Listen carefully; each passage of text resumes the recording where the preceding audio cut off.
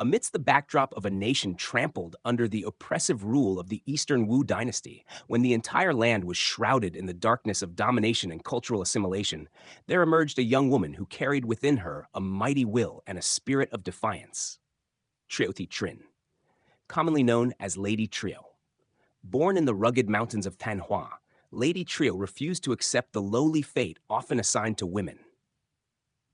With extraordinary character, she harbored a great ambition from early on: to ride strong winds, tread mighty waves, and slay great whales in the Eastern Sea, determined never to bow and live as a concubine. At the age of 20, while others still hesitated, she boldly raised the banner of revolt, gathering thousands of insurgents and striking thunderous blows against the invaders. Lady Trieu stands as a shining symbol of national spirit, patriotism, and the heroic courage of Vietnamese women.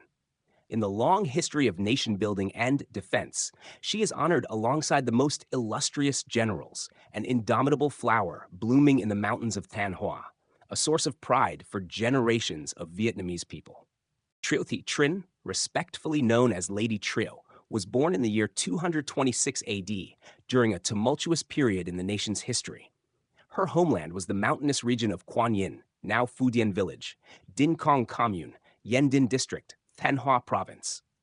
A land of towering mountains and deep waters, rich and fertile, yet constantly stirred by waves of northern domination. Orphaned at a young age, Triệu Thị Trinh was raised by her elder brother, Triệu Quốc Dat, a respected local chief known for his martial prowess and burning desire to drive out foreign invaders. It was in this spirited and chivalrous environment that her own great ambitions were awakened. Unlike the typical image of feudal-era women who stayed near the loom and hearth, Triệu Thị Trinh showed no interest in domestic chores or a life of submission. Instead, she ventured into the forests to practice martial arts, learning to ride horses, shoot arrows, and wield swords and spears like a true warrior. The people in her region were astonished by the girl with her dignified beauty, sharp gaze, and heroic demeanor, no less than any valiant man. Deep within her heart, she nurtured a great desire to break the chains of domination and reclaim the land for the Vietnamese people. That spirit grew with every step she took through the mountains and forests, and by her early 20s, she had already become the soul of a glorious uprising, striking fear into the hearts of Eastern Wu soldiers and earning the admiration of people throughout Jiaoqiu. It can be said that it was her indomitable bloodline, the fierce spirit of the Thanh Hoa Mountains, and the harsh circumstances of her life that forged the extraordinary Triệu Thị Trinh, who opened a heroic chapter in history as a brilliant female general.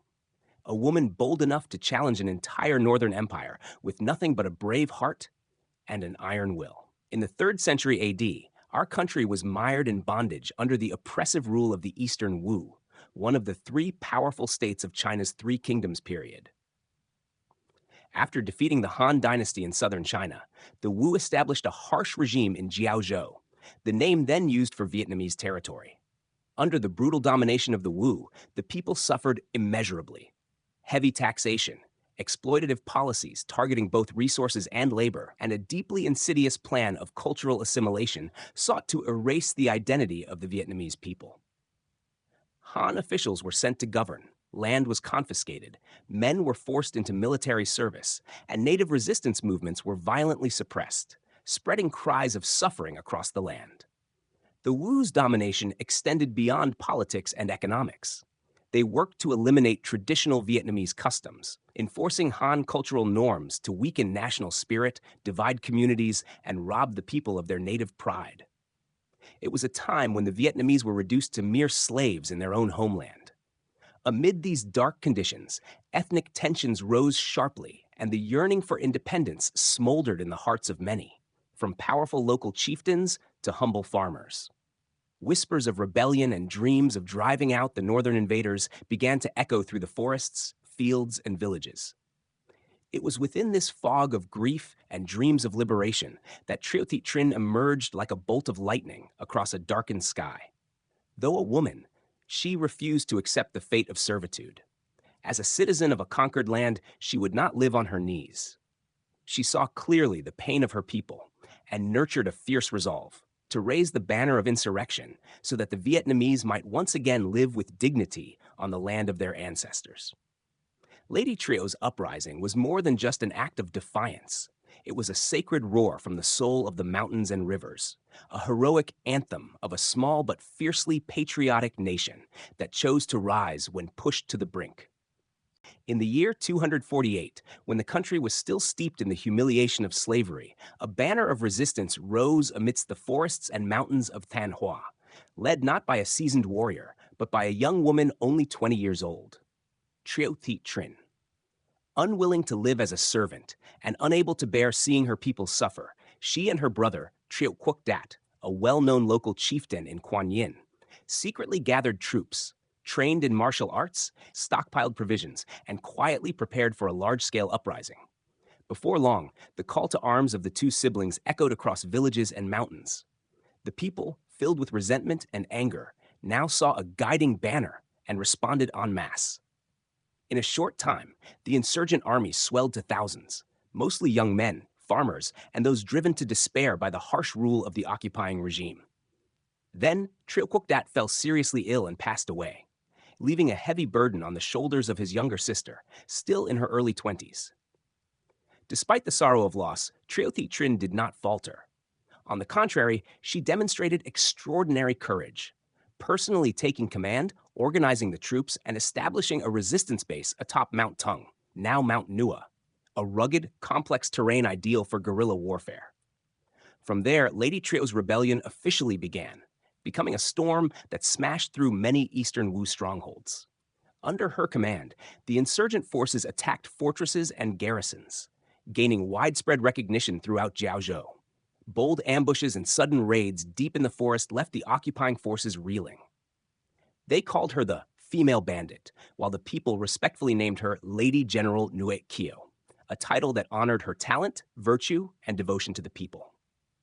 Her image, riding a white elephant, clad in armor, sword gleaming in hand, charging through the battlefield, became an immortal symbol in the hearts of generations of Vietnamese.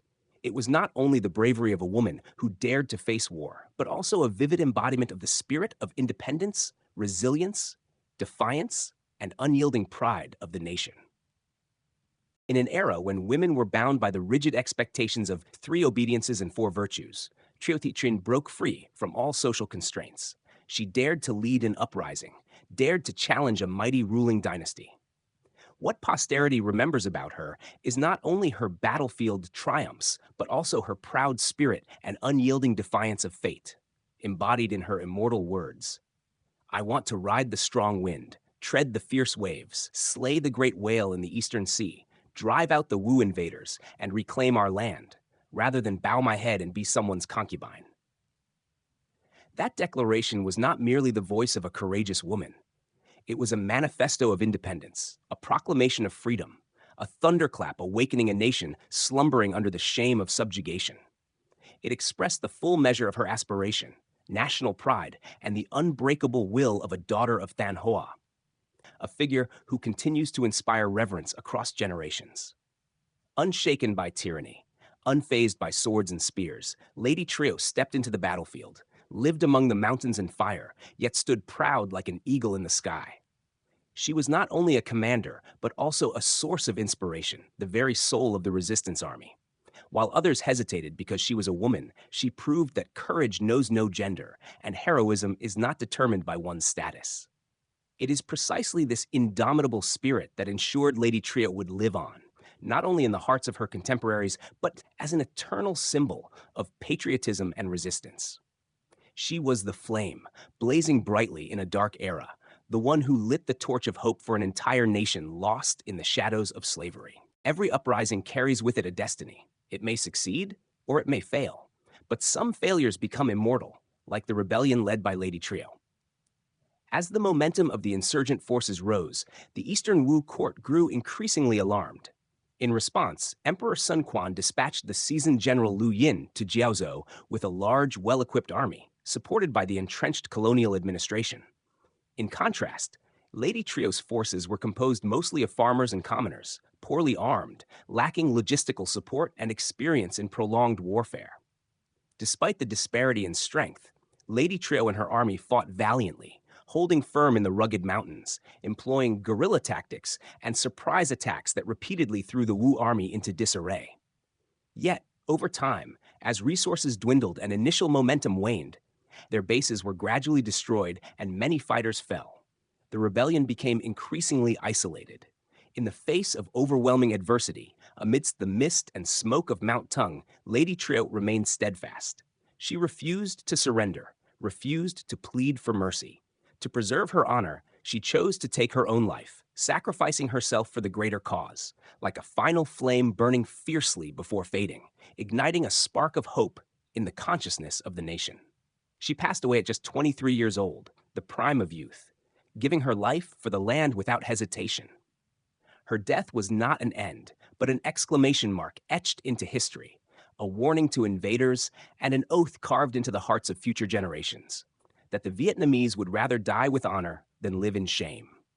Though her rebellion failed in military terms, the spirit, will, and image of Lady Trieu remain an eternal source of inspiration. She fell, but the resistance rose stronger than ever, laying the foundation for countless uprisings in the thousand-year struggle against foreign domination. Though her life was short, Triệu Thị Trinh left behind a priceless spiritual legacy for the nation.